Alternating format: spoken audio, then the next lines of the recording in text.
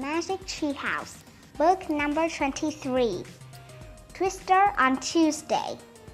Chapter 1. Tuesday. Jack opened his eyes. Sunlight streamed through his window. Tuesday, he whispered. Morgan's note had told him and Annie to come back to the Magic Tree House on Tuesday. He could hardly wait to find out where she was sending them today. Jack scrambled out of bed. He threw on his clothes. He packed his notebook and pencil into his backpack. Then he headed into the hall. Jack bumped into Annie. She was dressed in jeans and a t-shirt. Tuesday, they both whispered. Together, they hurried down the stairs. Mom, Dad, we're going out for a few minutes, Jack shouted. Don't you want breakfast first? His dad called from the kitchen. When we get back, said Annie. They rushed out the front door. They ran down the street into the bright summer sunlight. A warm wind gently shook the trees as Jack and Annie headed into the Frog Creek woods. Soon, they came to the tallest tree in the woods. The Magic Tree House waited for them in the high branches. Jack and Annie grabbed the rope ladder and climbed up. Inside the shady tree house, the note from Morgan was still on the floor. Dear Jack and Annie, Camelot is in trouble. To save the kingdom, please find these 4 special kinds of writing for my library. Something to follow, something to send, something to learn, something to lend. Thank you. Morgan. Okay, said Jack. We have the first writing, something to follow. He picked up a list from the Civil War. And we have the second, said Annie, something to send. She picked up a letter from the Revolutionary War. Now we need the third, said Jack, something to learn. No problem, said Annie. She grabbed a book lying in the corner. I hope we're not going to another war. Jack and Annie looked at the cover. It showed a field of tall green grass. The title was Life on the Prairie. The prairie, said Annie. We already went to the prairie the time we met Black Hawk. Yeah, said Jack, remembering their adventure with the Native American boy.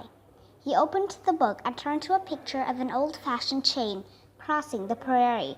Oh, he said, I get it. Chains crossed the prairie after the pioneers came. When we went to the prairie before, Native Americans were the only people who lived there. So we must be going to pioneer time, said Annie. I think so, said Jack. He pointed at the picture that showed the chain crossing the prairie. I wish we could go there, he said. The breeze picked up. The wind started to blow. The treehouse started to spin. It spun faster and faster. Then everything was still. Absolutely still.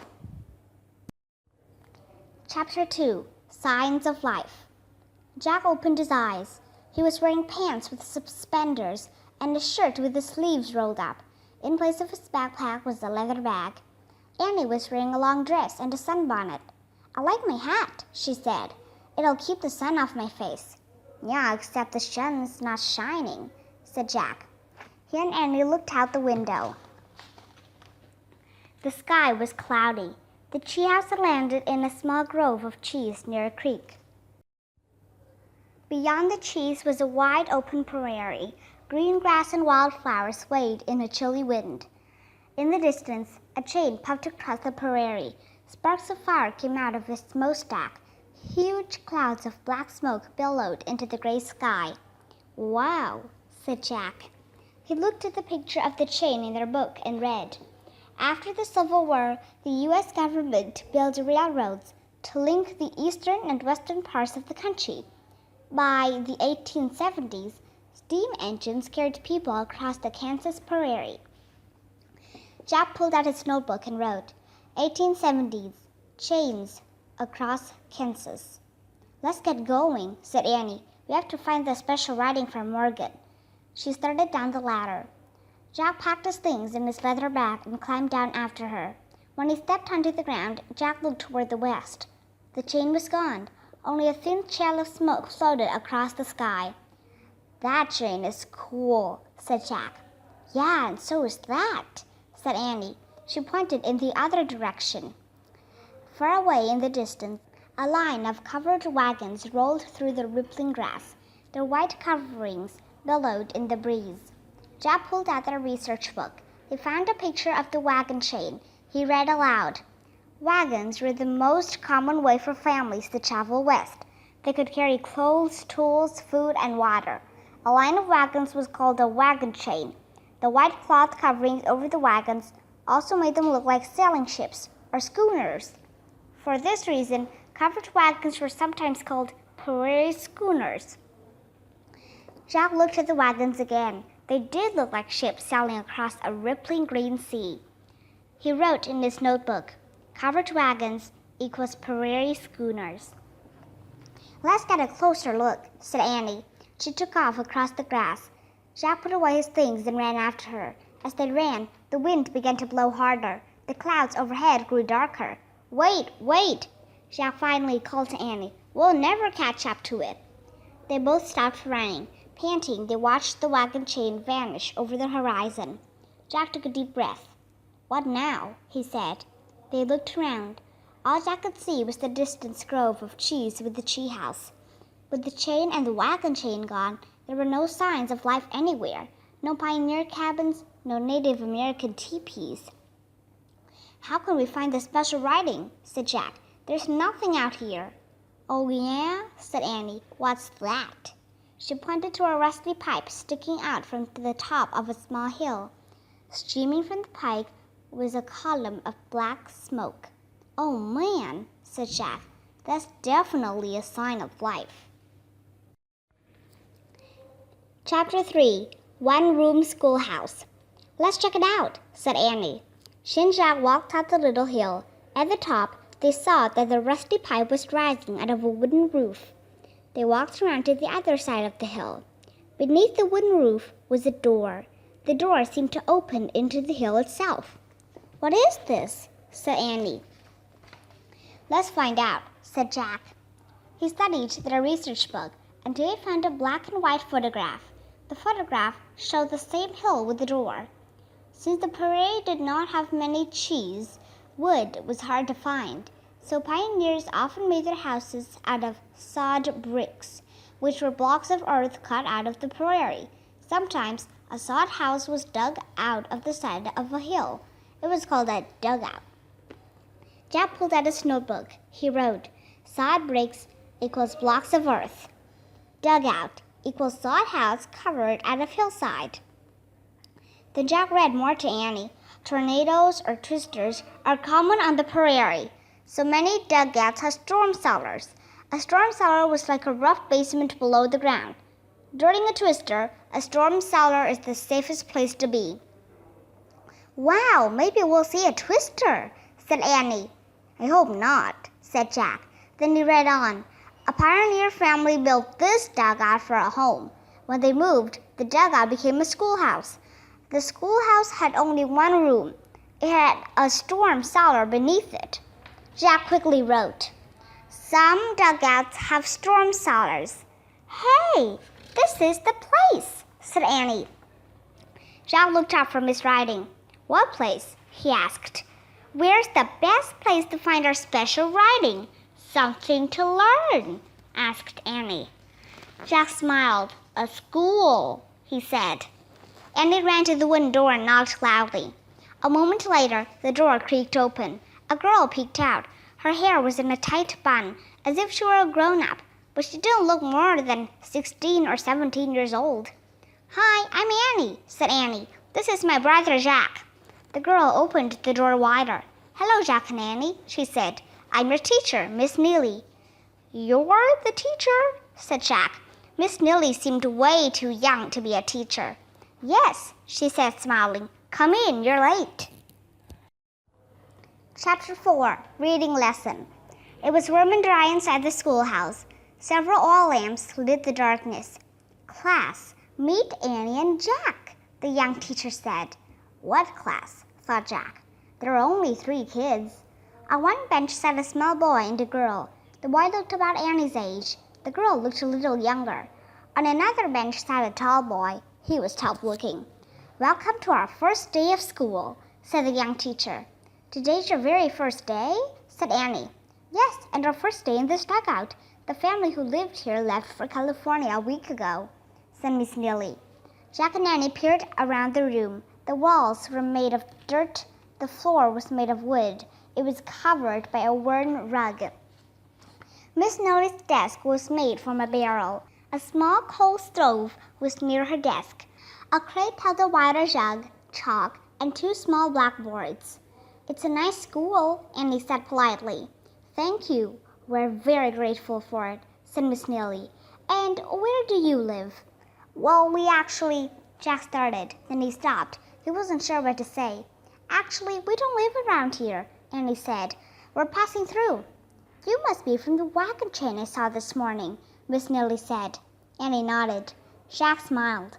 "Good work, Annie," he thought. "We can only stay a little while," he said. "How exciting for you," said Miss Nelly. "Heading west on a wagon train. Where are you going?" "California," Annie said. "California? That's wonderful. Isn't it, class?" Miss Nelly said to the others. "Yes, ma'am," said the 2 younger children. The older boy barely nodded. "Have you ever been to school before?" Miss Nelly asked Annie. "Yes, ma'am," said Annie. "We both know how to read and write. Jack's one of the best readers she'll ever meet." "My, isn't that wonderful, class?" said Miss Nelly. "Yes, ma'am," said the younger children. The older boy gave Jack a scowl. "Not exactly the best," Jack said modestly.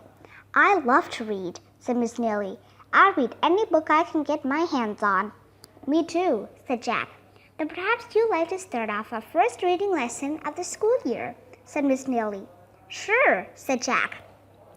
"Sit with Jeb, then," said Miss Nelly. "And Annie, you sit with Kate and her brother Will." Will and Kate quickly made room for Annie on their bench. But Jeb didn't move over for Jack, not even an inch. Jack barely had room to sit. He took a deep breath and sat on the end of the bench. Miss Nelly handed Jack a book. "This is your only reader," she said. "It's called The McGuffey Reader. Please read the first 2 lines of the poem on page 50. "Oh, sure, ma'am," said Jack. He turned to page 50. He pushed his glasses into place. Then he read aloud, "Twinkle, twinkle, little star, how I wonder what you are." "Very good," said Miss Nelly. "Now pass the reader to Jeb." Jack handed the book to Jeb. "Jeb, please read the next 2 lines," said Miss Nelly. The older boy cleared his throat and stared at the page. "Maybe Jeb can't read," Will said in a kind voice to Miss Nelly. Jeb's face got red.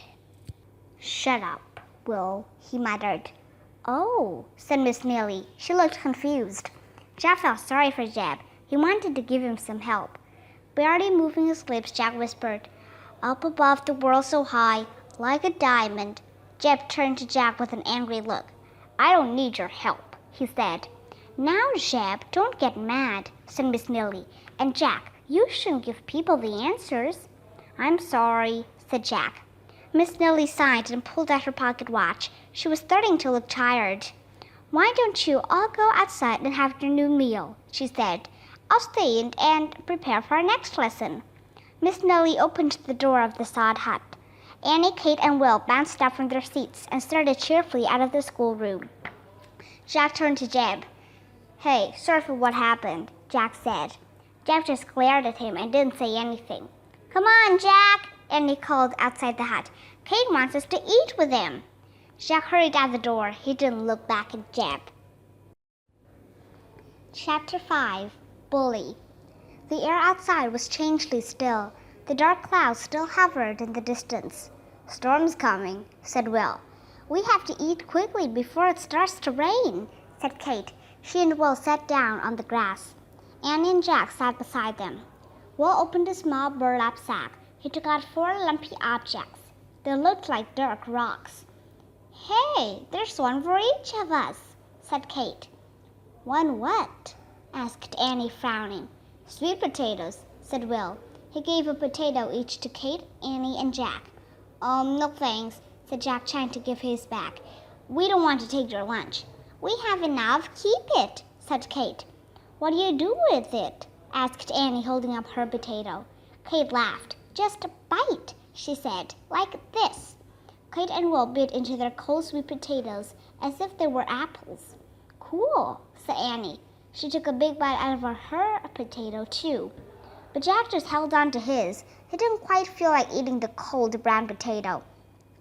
Out of the corner of his eye, he saw Jeb sitting by himself. The big kid didn't seem to have any lunch at all. Jack thought he'd try to be friends one more time. "Hey, Jeb," he called out. "I'm not hungry. Do you want my sweet potato?" Jeb gave Jack a mean look. "I could have brought my own lunch if you wanted to eat," he said. "Oh, sure," said Jack. Jeb narrowed his eyes. "You making fun again?" he said. "I'm warning you. Do that one more time, and I'll fight you." Jack couldn't believe it. This kid took everything he said the wrong way. "Hey," said Annie, "leave my brother alone. You're nothing but a bully, Jeb." "Annie, stay out of this," said Jack. But Jeb just laughed. Then he stood up and walked back into the schoolhouse. Jack felt angry. He hoped they would find the special writing soon so they could leave. Will seemed to have read Jack's mind. "Don't worry about him," Will said to Jack. "He's never been to school before." "Oh, so he's embarrassed," said Annie. "Why hasn't he been to school?" said Jack. "Because he has to work in the fields all the time," said Will. "I heard him tell Miss Neely he walks 5 miles to get here today," Kate said. "So he must have really wanted to come." "Wow," said Annie. "How far do you and Will walk?" "Only 2, said Kate. "2 what?" asked Annie. "Miles," said Kate. 2 miles, Jack repeated. The Prairie kids nodded. "It must be lonely living out here," Annie said. Will and Kate nodded again. "Do you live in a sod house?" Jack asked. "We used to," said Will, "but it was always dirty, so our pa built us a log cabin." "He got cheese near the creek," said Kate. "Then he made the cabin by hand." Before Jack and Annie could ask another question, thunder cracked in the sky. Then rain started to fall. It fell fast and hard. Everyone jumped up. Come in, Miss Neely called from the doorway. They ran back inside. The wind slammed the door behind them with a bang.